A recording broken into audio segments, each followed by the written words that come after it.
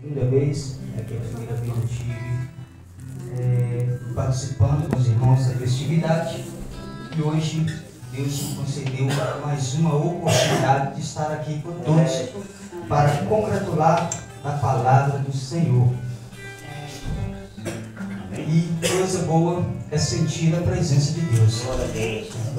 É como diz Moisés, quando Deus falou para Moisés que queria mandar um anjo com ele para seguir ali a trajetória, para o acompanhar. E Moisés falou: Senhor, se a tua presença não for conosco, não nos faça sair deste lugar. E que assim sejamos nós também pela mesma forma. Nós estamos num lugar maravilhoso, que é a casa do Senhor, aonde nós sentimos a presença de Deus. E a presença de Deus, ela se manifesta não somente na casa do Senhor. A presença de Deus, ela tem que estar ao nosso lado a todo o momento. Porque a partir do momento que nós dizemos que não estamos sentindo a presença de Deus, alguma coisa está acontecendo. Porque se a presença de Deus ela se retira da nossa vida, é momento da gente voltar para Deus e procurar consertar, porque alguma coisa está errada. Porque nada pode substituir a presença de Deus nas nossas vidas. Eu estou muito feliz e creio que a igreja também está feliz. E eu tenho algumas coisas para passar para os irmãos que tem acontecido nesses dias.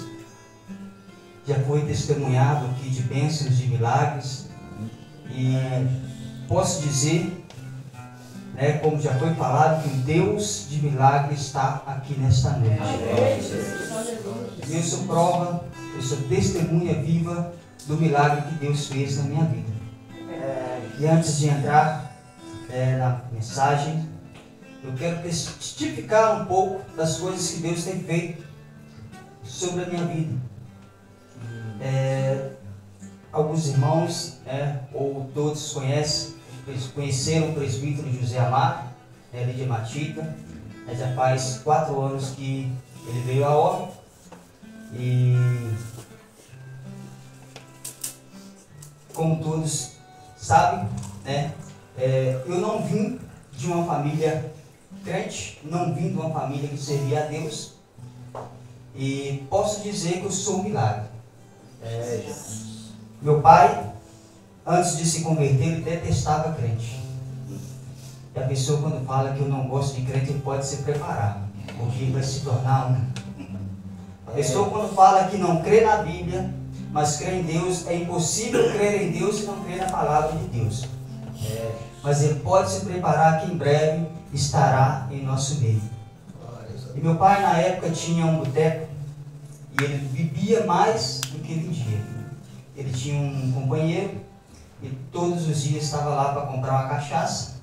Ele comprava uma cachaça e bebia quase um super litro de graça, porque juntava os dois bebendo ali e por aí virava a noite. Mas todos os dias estava trabalhando. Condições precárias de vida, e minha mãe grávida, e tinha que estar ajudando, tinha que estar trabalhando.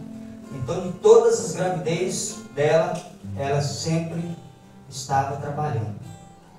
E quando eu estava no ventre dela, não foi diferente. Meu pai pegava algumas capoeiras, fazia carvão para levar o sustento para dentro de casa, também o sustento da própria bebida, para alimentar o próprio vício. E ai dos meus irmãos também, se não fosse trabalhar com eles, porque era assim, os antigos, os filhos tinham que ir para a escola, chegar da escola e ir direto para o trabalho. Eu sempre falo que, graças a Deus, eu não precisei de passar por essa situação, de sair da escola e ir direto para o trabalho, porque eu posso dizer, assim como o salmista, que grandes coisas o Senhor fez na minha vida. E passando esse tempo, tinha 2 irmãs, a minha mãe contava, que tinha 2 irmãs que ela passava ali no caminho de casa e chamava ela para ir para a igreja, e meu pai não gostava. Minha mãe não cria, e eu estava numa situação à beira da morte. Ela me levava aos médicos, os médicos me desenganavam, falava para ela, pode levar para morrer em casa, porque isso não tem jeito mais. Está avançado, está com infecção grave, isso aí, remédio não vai resolver o problema. Levava em outro médico da mesma forma, e mal sabia os planos de Deus.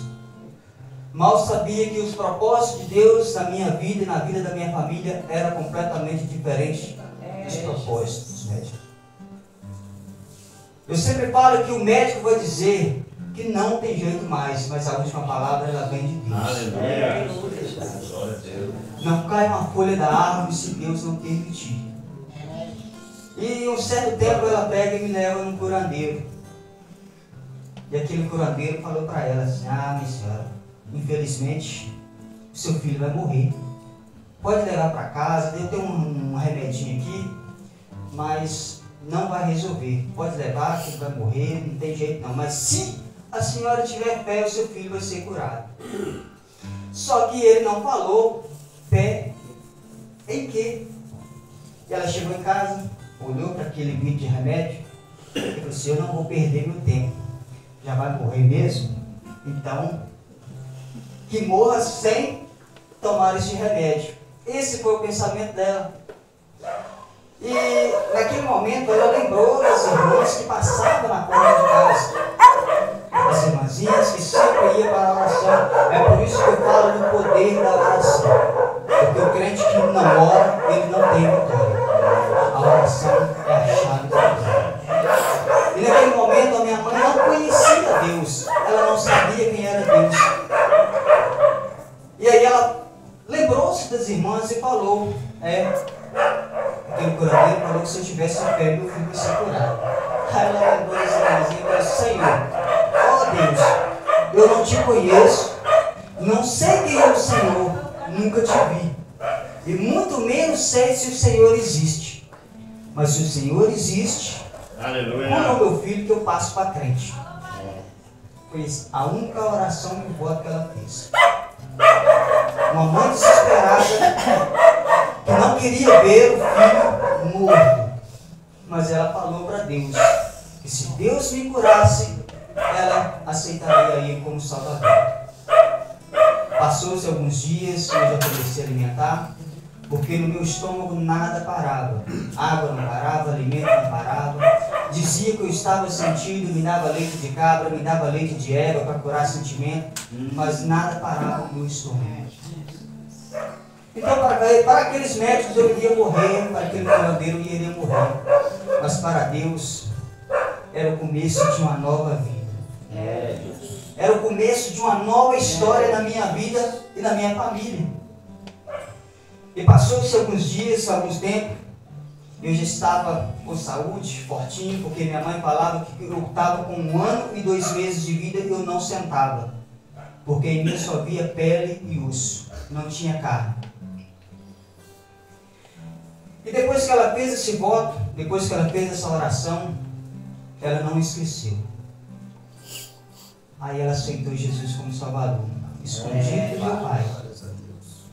Aí todos os dias ela pegava, levava para a igreja. E quando ela não ia, eu amolava ela para me levar para a igreja. Quando ela não podia ir, eu chorava, eu fazia pirraça, eu chorava, batia o pé e não calava enquanto ela não me levava para a igreja. E pouco tempo depois a minha tia aceita Jesus, a minha avó aceita Jesus. E eu com 3 anos de idade eu tinha uma hérnia. E diz a minha mãe que era um caroço enorme e eu chorava de dor, eu não podia brincar, eu não podia correr, porque se qualquer esforço físico que eu fizesse, era um desespero. E ela falava para mim, meu filho, quando você chegar na igreja, você pede Jesus para te curar. E eu falava, mamãe, eu não sei orar, eu não sei falar com Jesus. Ela falava assim, só pede Jesus para te curar, fala do seu jeito que ele vai te ouvir. Eu cheguei na igreja, e por 1 semana a igreja só escutava me falar, Jesus me cura, está doendo muito. Jesus me cura, eu não quero mais sentir dor. Era isso que eu orava durante 1 semana. E na semana seguinte, eu estava correndo para o terreiro afora, brincando, e minha mãe estranhou. porque eu não chorei. Eu estava alegre, sorridente, brincando para lá e para cá, correndo. E ela olhou e não viu mais aquele caroço, porque para a honra e a glória do nome do Senhor Jesus Cristo, Deus me curou pela segunda vez. Aleluia, Jesus. Glórias a Deus. E aos 3 anos de idade eu sempre falava: papai, vou na igreja. Papai, vou na igreja. E ele falava: ô meu filho, não me encha a paciência, porque eu não vou na igreja. Não me perturba, porque eu não vou. Aí eu sempre falava, porque menino quando coloca uma coisa na cabeça, quando ele pega com a pirraça, só Jesus. Nós que temos filhos sabemos o que é o menino pirracento. Quando quer aquilo, quer mesmo. Eu sempre falava: vamos para a igreja, vamos para a igreja. Menino, no dia que eu tiver de ir, na hora que vocês piscar o olho, eu já estou lá. E foi dito e feito. Um certo dia, ele desapareceu de dentro de casa. E a mãe falou assim: não vou esperar não, seu pai sumiu, não vamos para a igreja assim mesmo. Porque ele era ignorante, se sair sem falar com ele, ele achava ruim. Nós fomos para a igreja. E quando o porteiro chegou na igreja por volta de 6h20, ele já estava na porta da igreja esperando. O porteiro assustou com ele. Isso ele contando, que ele tinha contado para nós, que o porteiro assustou com ele porque ele não gostava de crente. Ele sentou no último banco da igreja. Aí a gente chegando, minha mãe chegou comigo, já era mais ou menos por volta de 7h05. E o pai já estava lá e eu fiquei todo feliz. Papai está ali, papai veio. E sentei todo alegrinho. Aí o pastor fez a mensagem e no final do culto ele não fez o apelo. Por isso que eu sempre falo a importância de um apelo. Para muitos o apelo é simplesmente uma incomodação, é uma insistência. Mas para aqueles que querem realmente aceitar a Cristo, o apelo é uma oportunidade. E pai, ele pensou: nossa, hoje que o culto dos crentes está tão bom, eu gostei desse negócio, o pastor não faz a pergunta. E Deus toca no coração do pastor, e o pastor, depois de ter dado a bênção apostólica, falou: irmãos, volta, porque eu senti de Deus de fazer um apelo. E ele fez o apelo naquele momento. O pai aceitou Jesus. Pai que era cachaceiro, pai que tinha um vício também no cigarro. Na mesma hora, na mesma semana, ele foi liberto para honra e glória do Deus. Morreu servindo a Deus. Ele teve, e toda a nossa família teve o privilégio de dizer que eu e minha casa servimos ao Senhor. Nós temos lá em casa alguns que são desviados, mas conheceram a palavra de Deus. E o diabo fez de tudo novamente para me tirar da presença de Deus, para tirar a minha vida. Eu passei por uma situação há um tempo atrás que eu fui para cometer o suicídio. Satanás ele virou para mim e falou comigo: eu vou dar um fim no seu problema. Vai em tal lugar e ali tira a sua vida. Ali termina o seu problema. Eu fui. Não peguei uma corda, mas peguei uma blusa. Espichei, eu falei: essa não arrebenta. Peguei a bicicleta de pai e saí para a estrada fora. Cheguei num certo lugar e ele falou comigo: aqui, entra aqui termina os seus problemas. Deixei a bicicleta, andei a pé. Vi um eucalipto atravessado no outro já seco e ele falou: sobe aqui, marra essa blusa e aqui hoje eu tiro os seus problemas. E o Espírito Santo começou a falar comigo: não, aqui vai começar os seus problemas. Eu tenho vida nova, eu tenho algo novo, eu quero te usar, eu quero te levar a lugares que você nem imagina. E eu tentando aí, eu insistindo para ir, e Satanás falando comigo: vai. Era aquela guerra das hostes espirituais. E quando eu dei o último passo para ir, eu falei: eu vou acabar aqui com os meus problemas. Eu dei o último passo, as minhas pernas travou. E quando minhas pernas travou-se, eu me prostrei de joelho. Eu fiquei 40 minutos orando no meio do mato, Deus e eu. Era 6 horas da tarde, numa escuridão. E quando eu abri os meus olhos, estava como se fosse a luz do dia em minha volta. Voltei para casa renovado. Repreendi o espírito da morte e falei: Satanás, sobre a minha vida, tu não tem poder. Aleluia. E Deus me usou para livrar pessoas de suicídio. Deus tem me usado por onde eu tenho passado. E eu sou grato a Deus por tudo. Amém? E que Deus continue abençoando as nossas vidas, abençoando cada um de nós, né? Que nós possamos a cada momento manter a oração, porque é através da oração que nós vamos conseguir a nossa vitória. Amém? Eu quero deixar uma palavra aqui no livro de Jeremias, no capítulo 18.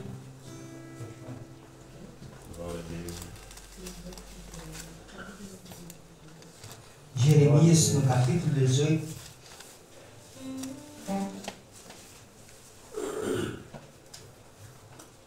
Eu queria falar a passagem que está lá em Amós, no capítulo 8, no versículo 11.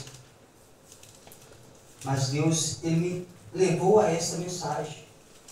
Mas Deus sabe, né, todas as coisas. Ele é Deus que conhece o nosso coração. Amém? Amém. A palavra de Deus vai nos dizer assim: a palavra do Senhor que veio a Jeremias dizendo: levanta-te e desce à casa do oleiro, e lá te farei ouvir as minhas palavras. E desci à casa do oleiro, e eis que estava fazendo a sua obra sobre as rodas. Como o vaso que ele fazia de barro se quebrou na mão do oleiro, tornou a fazer dele outro vaso, conforme o que pareceu bem aos seus olhos. Então veio a minha palavra do Senhor, dizendo: não poderei eu fazer de vós como fez este oleiro, ó casa de Israel? Diz o Senhor: eis que como barro na mão do oleiro, assim sois vós na minha mão, ó casa de Israel. Amém? Vamos orar. Amantíssimo Deus e eterno Pai, nesse momento somos gratos a Ti por tudo, Deus, por esses louvores, pela palavra que tem falado conosco, por este momento, ó Deus, a qual testificamos a Tua glória, a qual testificamos os milagres que o Senhor tem feito em nossas vidas. Continua, Deus, mais uma vez falando ao nosso coração: não sou eu, mas sim o Senhor. Eu sou apenas um instrumento usado pelo Senhor, ó Deus, para pregar a Tua palavra, para falar ao Pai aquilo que o Senhor mandar. Fala ao nosso coração nesta noite, ó Deus, em nome de Jesus. Amém. A palavra do Senhor vai dizer sobre a impetinência do povo, ou seja, a desobediência do povo. Quando Jeremias foi chamado para ser profeta, Israel estava vivendo uma crise espiritual diante de Deus, porque Israel tinha pecado contra Deus. Israel estava virado, com as costas viradas para Deus. Israel então já não estava mais temendo a Deus. E como sempre, Deus sempre levanta profetas a cada geração, a cada momento, para alertar o seu povo. Deus sempre levanta profetas, Deus sempre levanta pessoas para orientar o seu povo, para fazer com que o povo voltasse à sua presença.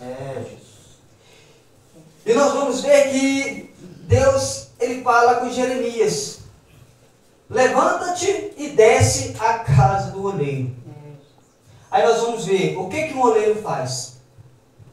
O oleiro simplesmente pega o barro, ele prepara o barro, ou seja, ele escolhe o barro, porque para fazer um vaso requer algumas etapas.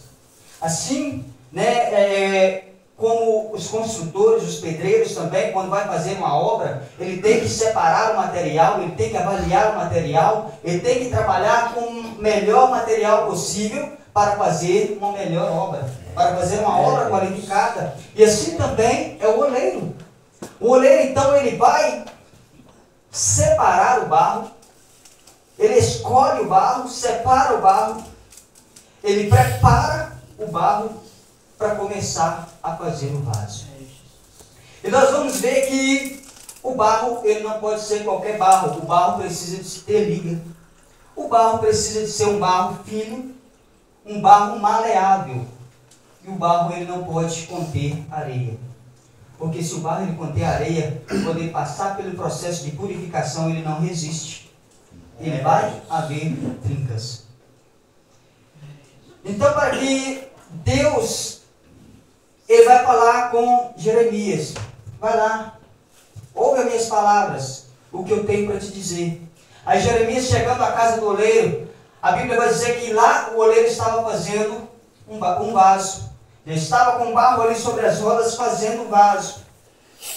E vendo então que aquele vaso se quebrou na mão do oleiro.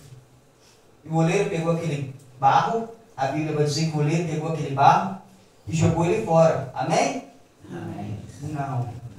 A Bíblia vai dizer que o oleiro pegou aquele barro novamente, colocou sobre as rodas e começou a fazer dele um novo vaso. Jesus. Nós queremos ser vaso nas mãos do Senhor. Nós queremos ser cheio, nós queremos ser usado. Mas para nós ser vaso na mão de Deus, requer também algumas etapas. Para que Deus ele venha nos encher, requer de nós o processo de purificação. Porque o vaso, depois ele pronto, não é simplesmente malear aquele vaso e depois ele prontinho, moldado, colocado ali, ele secou. Não, ele está pronto? Não. Depois do vaso pronto, o oleiro pega aquele vaso, coloca em um certo lugar e ali ele ateia fogo sobre aquele vaso. É o processo de resistência, é o processo de purificação. Porque os vasos de barro é usado para armazenar produtos e mantê-los e conservá-los por bom tempo sem estragar. Nós vamos ver que um filtro de barro, aquele filtro que está ali, ele é feito de barro. Se simplesmente fazer aquele filtro e depois ele chega, colocar a água nele, ele não vai resistir. As partículas de terra vão se derreter e eles vão se desmanchar. Deus não faz vaso para ser desmanchado. Deus não faz vaso para ser desmanchado. E quando o vaso ele começa a desmanchar, Deus então ele pega aquele vaso, ele amassa e começa a fazer dele novamente um novo vaso. Porque Deus não perde tempo conosco. Deus ele nos prepara. Deus ele nos capacita. Aí nós queremos receber o propósito de Deus, mas nós não queremos passar pelo processo. E o que dói é o processo. O que dói nas nossas vidas é o processo. Davi, quando recebeu ali a ordem, Samuel, quando recebeu a ordem para ungir a Davi rei, Davi foi ungido rei de Israel, mas ele não assumiu a sua posição logo após a unção. Ele passou por processos. Ele enfrentou batalhas, ele enfrentou urso, ele enfrentou leões, ele correu atrás das ovelhas de seu pai, até que um dia seu pai chega e fala com ele: Jessé, vai até o campo de batalha e leva ali alguns pães, alguns queijos, vai ali levar o sustento para os seus irmãos, nós sabendo que era o propósito de Deus. E Davi, então, naquele momento, ele cumpre a ordem de seu pai. Era um dos processos que Davi estava passando. Porque os seus irmãos falaram: o que você está fazendo aqui, Davi? Aqui não é lugar para você. Quem te mandou aqui? Aí Davi, chegando ali, ouve falar que o rei estava procurando alguém para encarar aquele gigante. E Davi, como sempre, escolhido por Deus, ele procura saber: eu estou disposto a fazer isso, o que eu ganho em recompensa? Mas Davi não estava ali tão interessado na recompensa, era o propósito de Deus na vida de Davi. Aí eu sempre pergunto: Davi como vaso, Davi preparado para ser usado por Deus, ele enfrentou o processo. Ele passou por um momento de preparação. E quantas vezes nós queremos ser usados por Deus, ser vaso cheio, mas quando vem as dificuldades nós recuamos. Quando vem as lutas nós recuamos. Quando vem as tribulações nas nossas vidas nós queremos voltar para trás. Porque dói. Ser vaso dói. Ser amassado dói. Ser preparado dói. Mas a Bíblia vai dizer que aquele que perseverar até o fim será salvo. Aleluia. Glórias a Deus. esse processo a qual Deus está fazendo conosco, esse processo de dor a qual nós estamos sentindo, é para nós ser cheio. Porque Deus ele quer usar as nossas vidas. Deus ele não faz um vaso simplesmente para enfeitar, um vaso simplesmente para um ornamento. Não. Deus ele faz o vaso para ser cheio. Deus ele faz o vaso para ser usado. Glória a Deus. Ser vaso é ser separado. Ser vaso é ser escolhido, é ser moldado. Deus não pega qualquer um para colocar à frente da batalha. Deus não pega qualquer vaso para colocar ali azeite. Porque Deus não quer desperdiçar o azeite.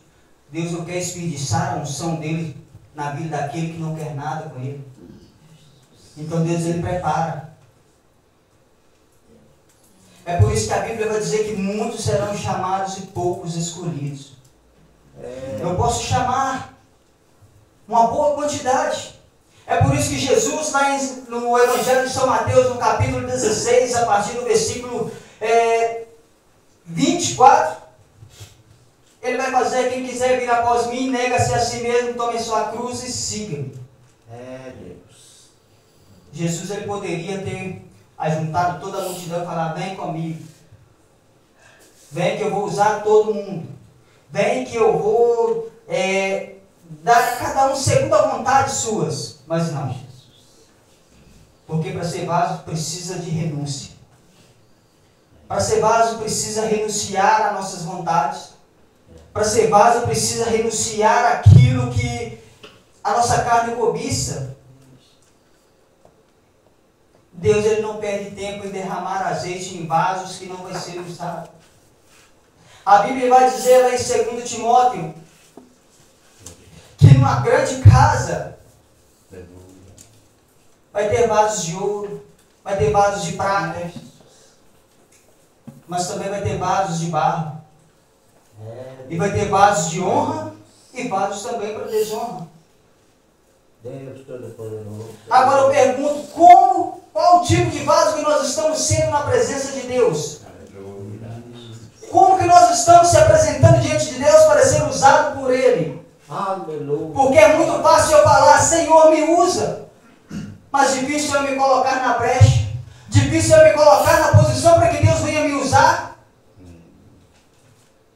A mensagem que eu queria falar nessa noite, em Amós capítulo 8, versículo 11, que diz que derramarei sobre essa terra fome, não fome de pão nem sede de água, mas de ouvir a palavra do Senhor.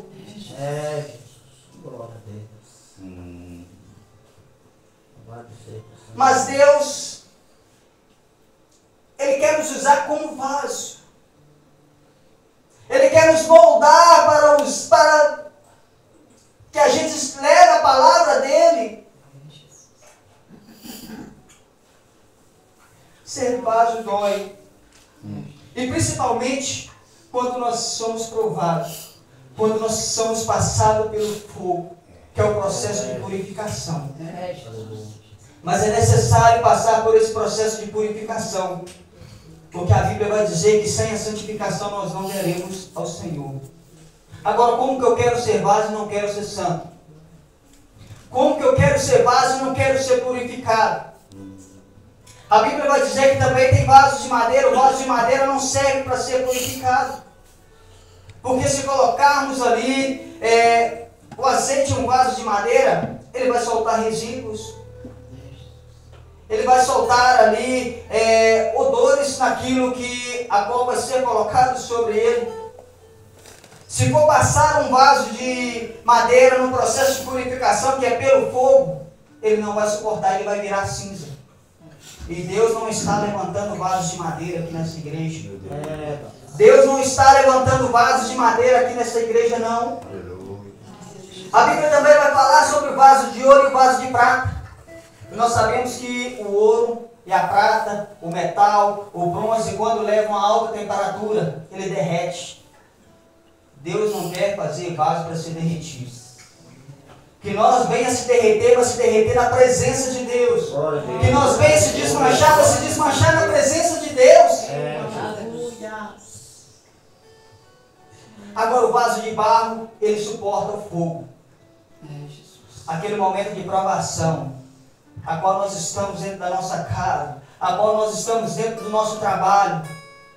É esse momento que Deus está honrando a sua fé. É esse momento que Deus está capacitando a sua vida. É esse momento que Deus está preparando a sua vida. É esse momento que Deus viu ali uma trinca e Deus está moldando a sua vida como um vaso para te encher, para que você possa ser usado por Ele, para levar as boas novas de salvação.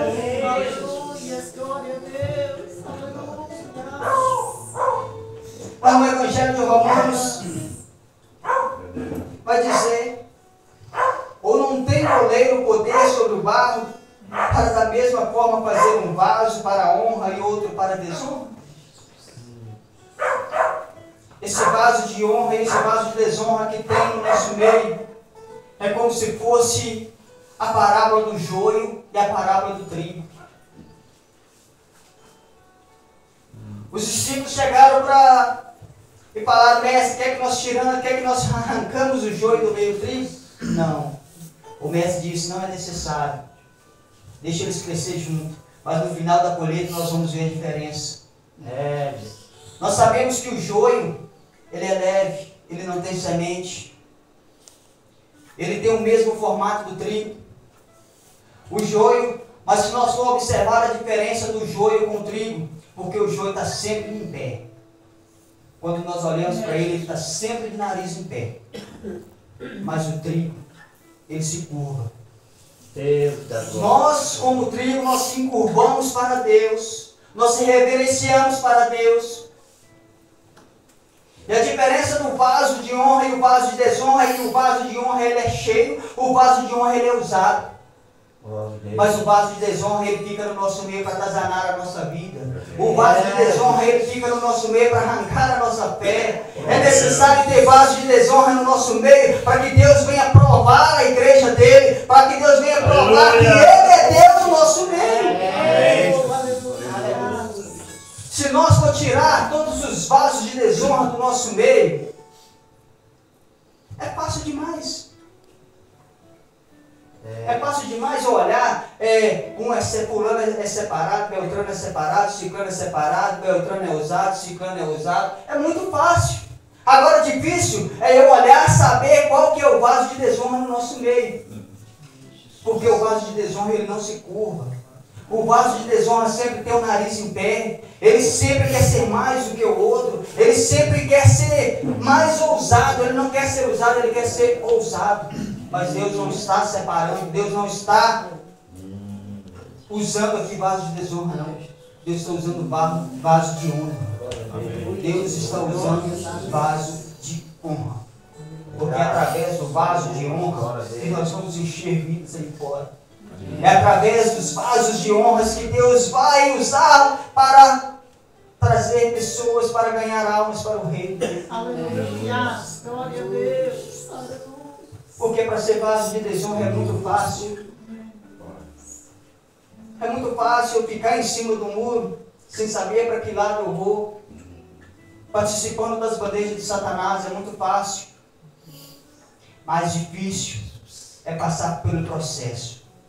Difícil é ser amassado. Aquele momento de luta, Deus está pegando a gente. Ele está amassando, ele está dizendo: eu vou te usar. Eu vou te amassar. Está doendo, mas resiste. Está doendo, mas caminha. Está doendo, mas deixa eu te usar. Porque no final, a recompensa é certa. O apóstolo Paulo vai nos dizer que a nossa obra não é em vão no Senhor. Agora, como que eu quero ser usado? Como que eu quero ser vaso? E se eu falo: Senhor, que recompensa que eu vou ter se eu estiver na sua obra? O que eu vou ganhar se eu ficar na sua obra? Isso não é vaso de honra. Porque Deus, Ele não nos salva em benefício próprio. Deus, Ele não nos mostra a salvação em benefício próprio. Para que eu vou procurar salvação? Para mim ter casa própria, carro próprio? Não. A Bíblia vai dizer que Jesus se fez, Ele sendo rico, se fez pobre em nosso lugar. Ele se fez pobre para que nós pudéssemos ser ricos. Agora, por que eu vou procurar a salvação para ser para ganhar benefício próprio. Para que eu vou procurar a salvação? Para que eu vou procurar ser vaso de honra? Ou seja, vaso usado em benefício próprio? Não. E era da mesma forma que Deus falou para Jeremias: não poderei eu fazer de vós como fez este oleiro? Deus estava falando para Jeremias: Jeremias, eu não posso fazer com Israel como o oleiro fez com este vaso. Eu não posso amassar, eu não posso castigar Israel, eu não posso ensinar a Israel, eu não posso atrair Israel para a minha presença da mesma maneira que o oleiro fez com esse vaso.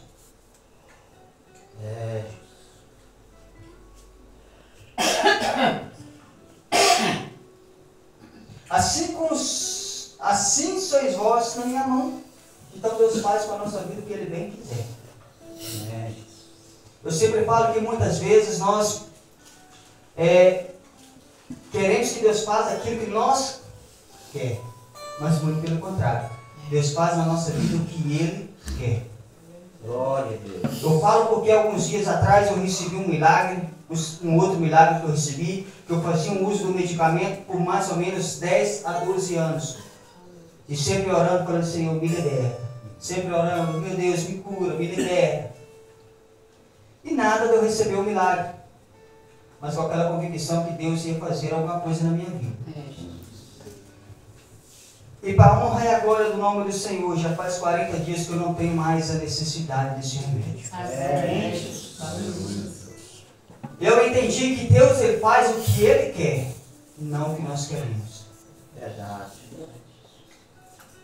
Tiago vai dizer: pedes e não recebe porque pedes mal. Pedes para gastar em vosso próprio deleite. A partir do momento que nós aprender a pedir, Deus também Ele vai fazer. Mas vai fazer segundo a vontade dele. Eu falo que a oração do Pai Nosso, ela está sendo invertida nos dias de hoje. Senhor, assim na terra como no céu, o pão nosso de cada dia nos dai hoje. Seja feito a nossa vontade. A realidade hoje, a geração de hoje está sendo dessa maneira. Seja feito a nossa vontade. Nós não estamos, o povo não está mais querendo que Deus faça a vontade dele. A geração de hoje não quer que Deus faça a vontade dele, mas nós queremos que Deus faça a nossa vontade. Nós chegamos e falamos: Senhor, eu preciso disso, eu quero que o Senhor faça isso agora. Não. Em determinada situação nós vamos passar vergonha. Aí nós estamos sendo vaso de desonra. Porque o vaso de honra, ele entende a vontade do Senhor. O vaso de honra entende que tudo é feito segundo a vontade de Deus. Glória a Deus. E essa mensagem que eu deixo para o coração da igreja. Que Deus continua abençoando, que Deus continua guardando as nossas vidas, porque eu sei que aqui tem vasos de honra. Eu sei que aqui tem vasos que é usado por Deus. De alguma forma. É usado na oração, é usado no louvor, é usado na palavra. De alguma forma tem vasos sendo usados aqui. Continua a dispensação do Senhor. Não faça como o povo de Israel, virar as costas para Deus, esperar Deus lançar algum castigo sobre Israel para voltar. Não deixa Deus lançar algum castigo sobre a sua vida para que você venha reconhecer que Ele é o Salvador. Mas que você sempre se mantenha na disposição e na brecha para ser usado por Deus. Porque quando Deus fala, quando Deus manda, a gente tem que fazer. Ontem eu descendo para Timóteo, eu perguntei para o Senhor: como que eu vou dirigir o culto logo? Eu perguntando para Deus: como, Jesus? Eu não sei como que eu vou dirigir o trabalho logo. O Espírito Santo falou no meu coração: não dirige o culto, mas faça um clamor de oração com a minha igreja. Porque ali no manso, Satanás está querendo, não só lá, mas como geral, querendo fechar as portas das igrejas. Mas ali está um processo muito difícil. E mais adiante, eu falei: Senhor, está difícil. Tem hora que dá vontade de recuar. Aí Deus falou comigo: eu te chamei para apacentar as minhas ovelhas. Glória a Deus. E não para ser mercenário. Jesus. É pesada a palavra de Deus.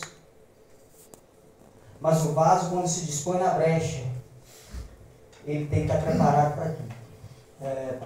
Eu falo que eu passo dias lá em casa, madrugadas orando, e Satanás ele bate na parede da casa. Minha esposa acorda assustada, com alguma coisa batendo. Mas bate. Que barulho. Que barulho, né? Deus. Ela acordou assustada uns dias atrás, porque eu deitado na cama, eu comecei a orar e repreender. E fui repreendendo. E no final eu falei, eu te repreendo agora no nome de Jesus. Amém. E virei para o canto e fui dormir. Continuei dormindo. Aí no outro dia cedo ela falou assim, você estava tendo pesadelo? Falei, não. Eu estava numa batalha tremenda. Você está falando isso porque você ouviu eu repreendendo, né? Você ouviu eu orando, clamando, deitado, não é? A luta foi tão grande que eu não tive força nem para levantar. Deitado mesmo, eu estava repreendendo a fúria do mal. Na semana atrasada, era por volta de 11 e pouca da noite, eu comecei a cochilar e de repente eu vi uma sombra dentro do meu quarto olhando para mim. Satanás, ele quer me arrancar dali de qualquer custo. Ele quer me amedrontar de qualquer jeito. Jesus. Ali aonde eu moro, nada produz. O que planta, mingua. Quando não mingua, galinha come. Quando galinha não come, formiga come. E quando as coisas parecem que está bem, ele começa a bater na parede da casa. Quando as coisas parecem estar bem, a porta amanhece trancada. A porta do quarto, porque eu não tranco porta de quarto.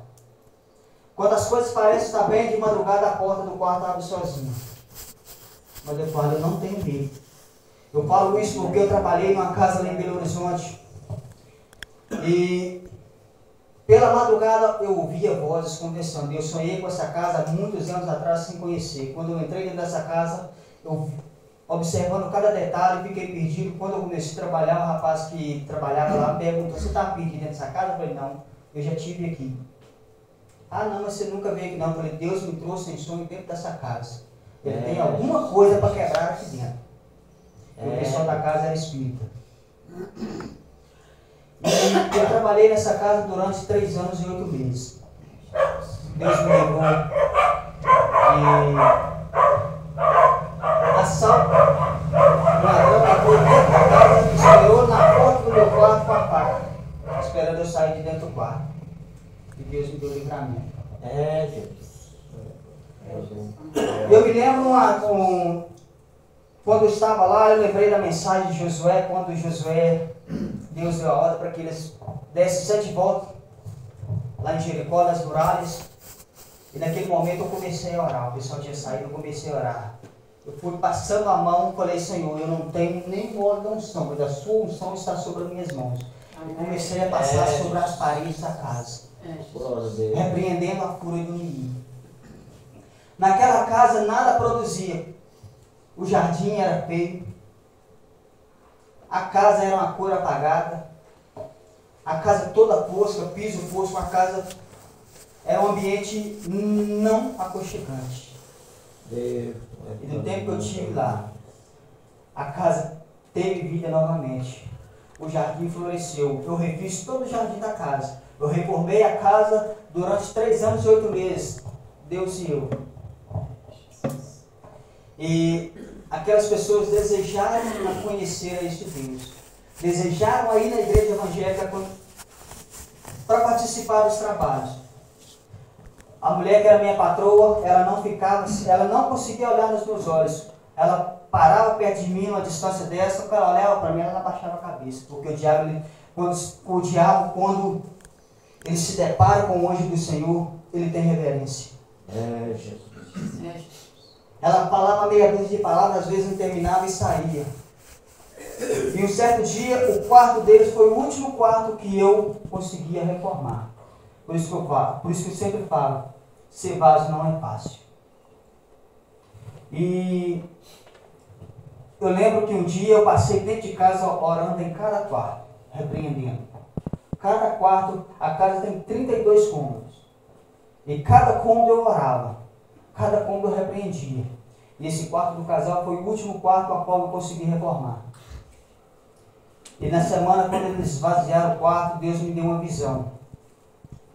Estava o caseiro, o dono da casa, e estava a dona da casa.